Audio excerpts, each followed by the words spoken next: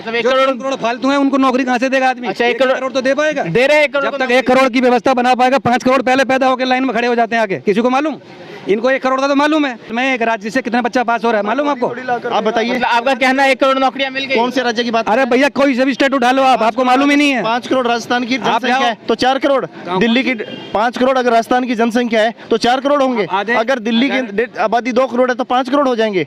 बताइए कौन सी 12वीं क्लास? बीजेपी की सरकार में हिंदू मौन है? अगर हिंदू बोलने आपको लगता है बीजेपी की सरकार में हिंदू मौन है? बीजेपी की सरकार आते ही तो हिंदू मुसलमान चालू हुआ ना, बोल रहे हैं ना, तो हिंदू बोलने लगा, वो जग गया।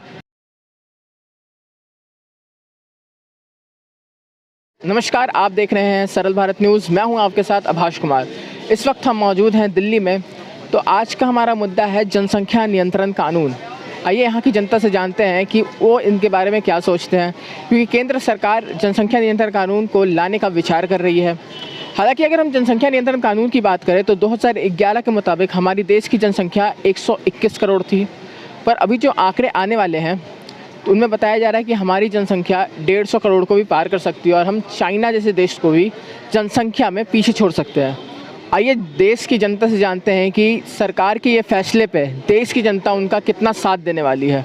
अभी जनसंख्या नियंत्रण कानून को लाने के लिए सरकार विचार कर रही है, इसको आप किस तरीके से? देखिए, जनसंख्या नियंत्रण कानून इतना ज़रूरी नहीं है। पूछो क्यों? क्योंकि आप देखेंगे कि जो एवरेज हमारी जो यूथ की शादी की उम्र है वो बढ़ रही है। अभी जो आप स्टडी देखेंगे तो 2026 या 30 तक हो सकता है हम पीक पे जाएं, पर आने वाले 50 साल बाद हमारी जनसंख्या पूरी दुनिया की धीरे धीरे कम होगी। बहुत सारे उसमें फैक्ट होते हैं। सर, पर अभी का क्या बात है? अभी सरकार का कि सरकार के लिए जनसंख्या से ज़्यादा शिक्षा का मुद्दा होना चाहिए।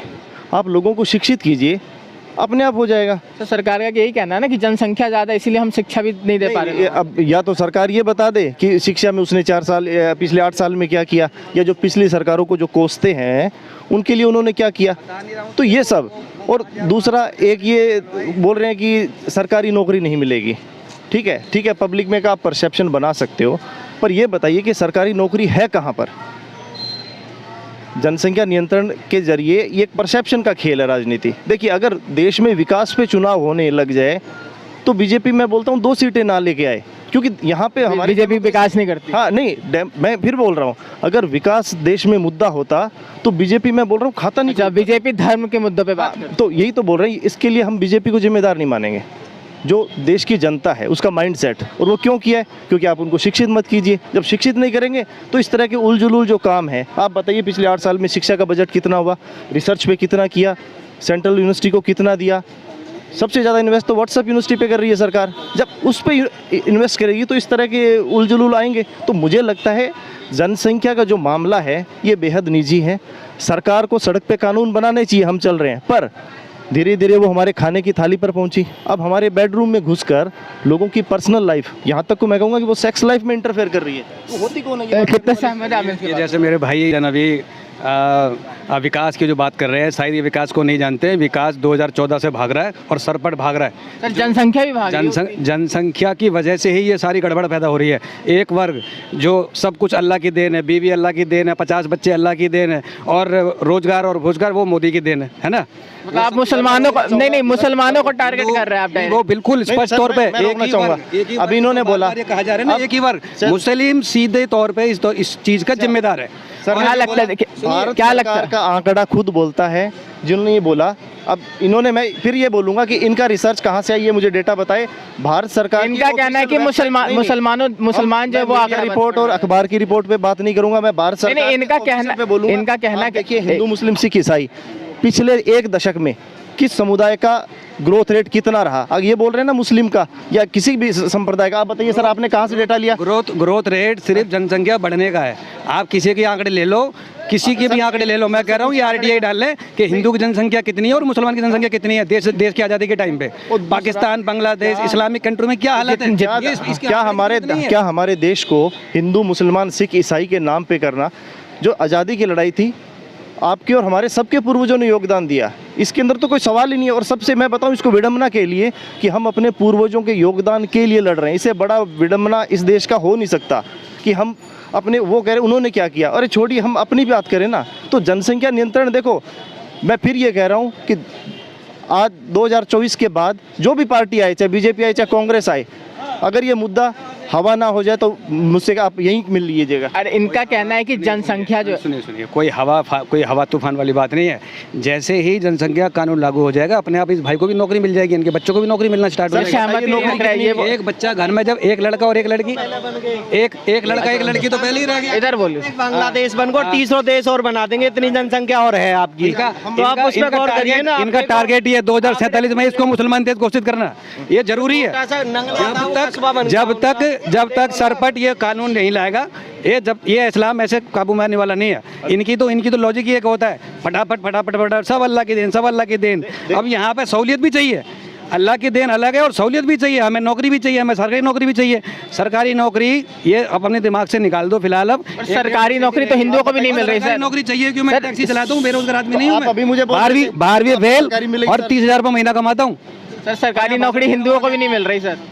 सरकारी नौकरी हिंदुओं सरकारी नौकरी देनी भी नहीं चाहिए किसी को। ये इतने मोटे सबको नहीं मिल सकती नौकरी। फिर इसका मतलब सरकार ने जो वादा किया था भाई साहब, मैं देखो हम लोकतंत्र में सबकी भावना का इज्जत करते हैं। अब जैसे सर ने बोला कि सरकारी नौकरी नहीं चाहिए, सरकार ने बोला कि सरकारी नौकरी देंगे, तो दोनों में से एक झूठ बोल रहा है। क्या देश के जो सत्ताधारी पार्टी ने बोला था? अरे क्या कहेंगे सर, ये बोल रहे कि मोदी सरकार ने कहा था कि 1 करोड़ नौकरियां देंगे। अब हाँ सुनिए, ये शायद इनको जानकारी नहीं है। हर प्रतिवर्ष 4 करोड़ बच्चे सिर्फ एक ही राज्य से पैदा होते हैं जो 12वीं पास हो रहे हैं। 3 करोड़ तो फालतू हो गए। मतलब 1 करोड़ फालतू है, उनको नौकरी कहाँ से देगा आदमी? अच्छा, 1 करोड़ तो दे पाएगा? दे रहे हैं 1 करोड़। जब तक 1 करोड़ की व्यवस्था बना पाएगा, 5 करोड़ पहले पैदा होकर लाइन में खड़े हो जाते हैं आगे। किसी को मालूम? इनको 1 करोड़ का तो मालूम है। जो फालतू पैदा हो के 4 करोड़ 5 करोड़ इकट्ठे हो गए, भीड़ में इकट्ठे हो गए, वो कहाँ जाएंगे? सर इनसे ये पूछ लीजिए 2014 में जिन्होंने ग्रेजुएशन किया हर साल उनको कितना रोजगार मिला? बच्चा पास हो रहा है, पूछो इनसे। 2014 में जिन्होंने ग्रेजुएशन किया उस बच्चे को कितना मिला? आप ये बताओ, 12वीं क्लास से एक ही साल में एक राज्य से कितना बच्चा पास हो रहा है, मालूम आपको?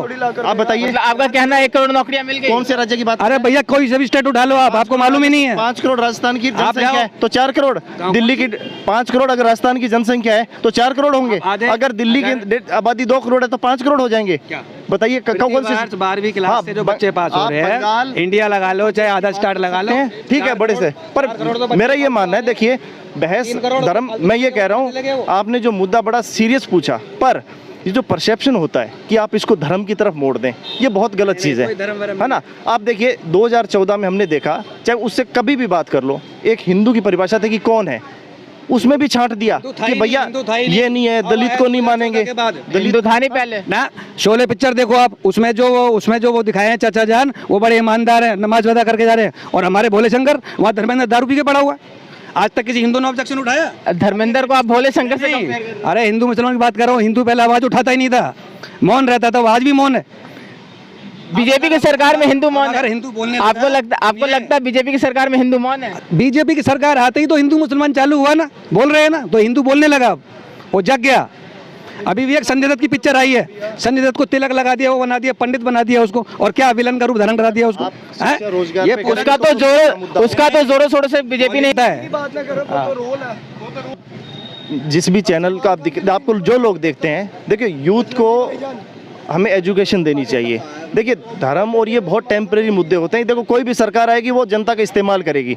हम जो यहाँ पे आम लोग खड़े हैं, चाहे कोई भी पार्टी आए, हमें सबसे पहले शिक्षा की बात करनी चाहिए। शिक्षा स्वास्थ्य की, उसके बाद आता है रोजगार। जब शिक्षा होगी, स्वास्थ्य होगा, तब रोजगार होगा। ठीक है, जनसंख्या नियंत्रण पे मैं लास्ट में यही कहना चाहूँगा कि सरकार से ज़्यादा ये आपकी और मेरी जिम्मेवारी है। अब ये बताइए, अगर मेरे पास आर्थिक रूप से मैं सक्षम नहीं हूँ तो हो सकता है कि मैं उतना उस पर ध्यान नहीं दूंगा, पर जो बहुत सारे अमीर लोग हैं उनमें भी 2 वर्ग हैं, उनके 2-2 बच्चे हैं, उनके 4-4 बच्चे हैं, है ना। तो सबसे पहले यहाँ पे बात आती है शिक्षा की। घूम फिर के एक केंद्र बिंदु रहेगा शिक्षा। तो जब तक हम शिक्षित नहीं होंगे तो हमारे जो जहन में फैसला है वो कोई और लेगा। जैसा कि आपने देखा कि यहाँ की जनता से हमने बात कर उनसे जानने की कोशिश की कि उनकी उस मुद्दे पे क्या राय है। बहुत से लोग इसका समर्थन कर रहे हैं, कह रहे हैं कि जनसंख्या नियंत्रण कानून आना चाहिए, और बहुत से लोग इसका विरोध कर रहे हैं, कह रहे हैं कि जनसंख्या नियंत्रण कानून से भी बड़ा मुद्दा है हमारे पास, बेरोजगारी है, महंगाई है, उन पर पहले सरकार को सोचना चाहिए। आपकी इस पर क्या राय है, हमारे कमेंट बॉक्स में ज़रूर बताएं। मैं आभाष कुमार, कैमरा पर्सन शिवम चौहान के साथ आप देख रहे हैं सरल भारत न्यूज़।